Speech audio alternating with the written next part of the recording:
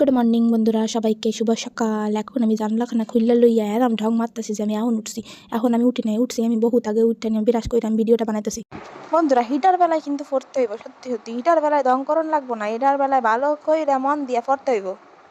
ফর্ননের পর তো কিছু খাওয়ান লাগবো না, খিদেতে পেট ফাটতে যাইতেছে। আমি এমনি ওগুলো খাই বেশি, এবার যদি না খাই আমি পড়ে থাকি তাহলে মাথা ঘুরে পড়ে যাবে। খাওয়ান দাওয়ান করে এখন আমি বেগার কাটতেছি, আর ছবি আঁকতেছি, একটা হৃৎপিণ্ড আঁকতেছি।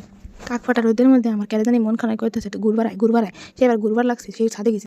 এবার আমি ঘুরতে চলে গেছি গিয়া ছাদের মধ্যে যাই দেখি ওরে বাবা তেঁতুল নাড়া রয়েছে, আমার মা তেঁতুল নাড়ছে। এবার হ্যান্তে দূরে তেঁতুল চুরি করে নিয়ে যাই মাহাইবো, আমার আর লোভ সামলাতে হইতেছে না।